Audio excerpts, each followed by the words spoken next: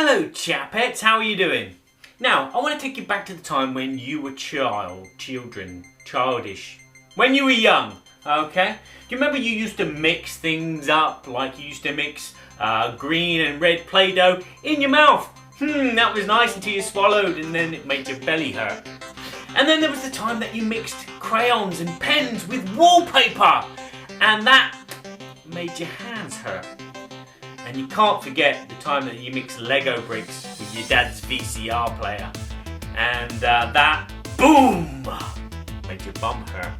But here's a game where you're mixing stuff and you won't get hurt. But there will be a boom because there will be a potion explosion.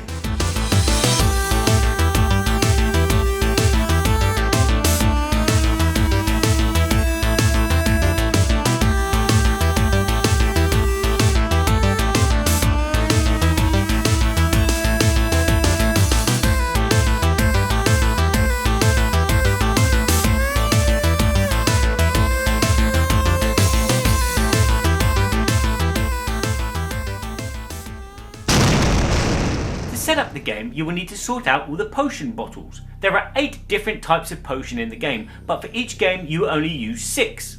So either choose randomly or decide as a group which 2 to remove. And then sort out all the remaining potions, because there's some with stars on. These are the starting potions that you can use. Place all the ingredients into the dispenser. Place a number of skill tokens depending on the number of players in the middle of the table. Also place the little help tokens in the middle of the table, and then each player will take a workbench and then game can commence. After choosing your start player, the start player will choose one of the potions marked with a star from the pool in the middle.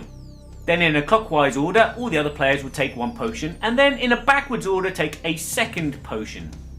These starred potions are then removed from the game, and then you can place all the other potions in 4 piles on the table.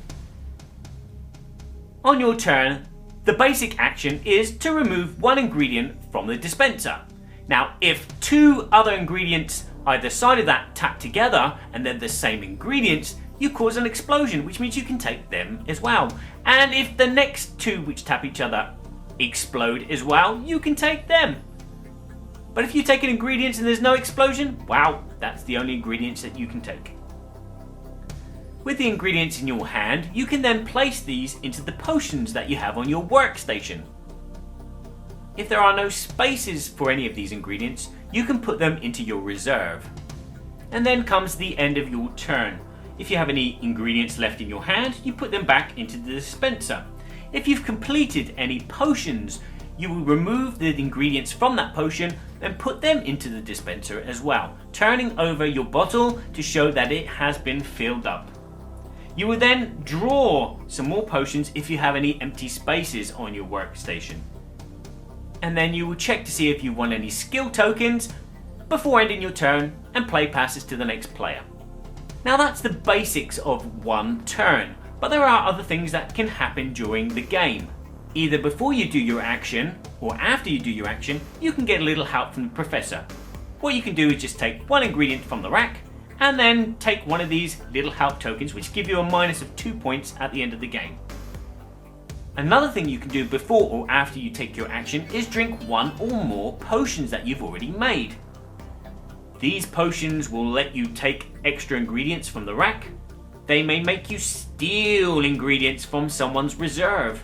They may let you use your ingredients from your reserve as jokers. Or they might just magically make one of your potions refill itself.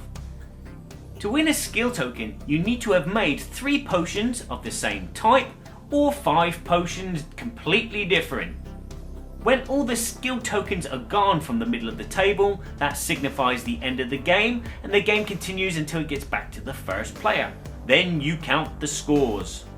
You will add up all your skill tokens, plus all the points that come on the potions that you have made, and then you remove any that you got from the little help from the professor tokens. And of course, the player with the highest score is the... Yes! Potion Explosion is a board game that everybody's family will go gaga over. Just look how beautiful it is. The artwork is lovely. The colors, the palettes that they've used for the colors is really nice. The components, as you can see, are very, very good. This has got toy factor. As you can see, I've got 2 of these because this is the one that came at Essen. This is a replacement for the one which was supposed to be which was in the box, because the one in the box was fragile and kept breaking. And so this is the replacement for this one. A lot more sturdier.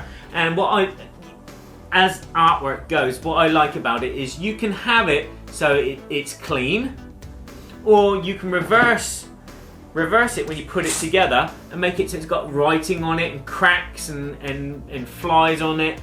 It's just a little thing like that, but it just makes this shine. You know, it kind of looks more like Harry Potter. The gameplay is really simple. As I said, it's Candy Crush, so to speak. You're taking a bee and then putting it into your potion to make potions. For kids, it's fun.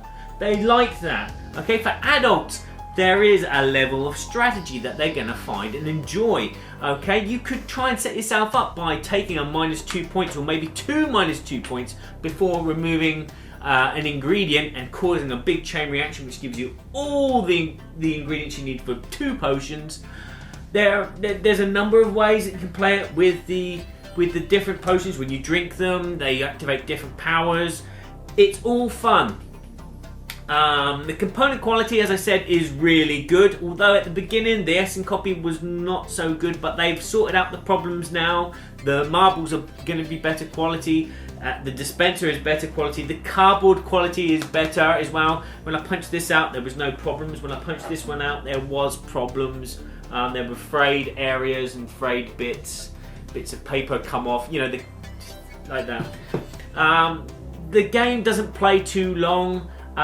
It plays roughly about 30 minutes, bit more for more players. The rulebook is beautiful. It has this lovely page of explaining what each of these ingredients is, like ogre mucus and fairy dandruff. It explains how to put this together. Once you put it together, you don't have to take it apart. It explains the rules in such depth with a little bit of humour, and it covers little things. You know, what happens if, you know, you put the bees back in and they don't go back in properly.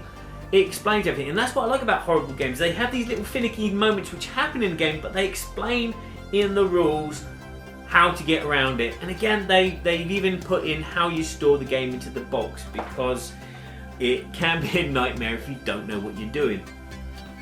Okay.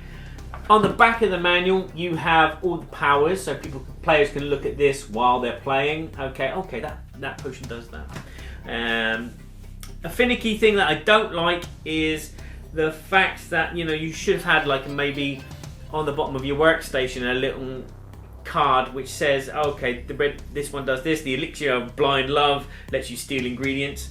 That would have been nice, but hey ho, I'm not complaining, it's all there, but it would be nice probably in front of the players for the players to see. Talking about the negatives, the negatives are really small, minute things. The setup of the game and sorting out the potions at the beginning of the game it's not much fun. You know, you at the beginning of the game, you go, right, we're going to take this potion out and this potion out, and then you go through them all. And then you look and you have to sort them out and then put the other ones back in the box, the 2 that you're not using.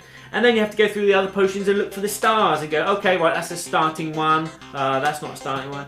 And that can be a bit there. But apart from that, there's also the occasion when you're playing, your jumper touches a marble and it rolls off onto the floor. There's just minor negatives about the game. But apart from that, the game is wonderful. The components are wonderful.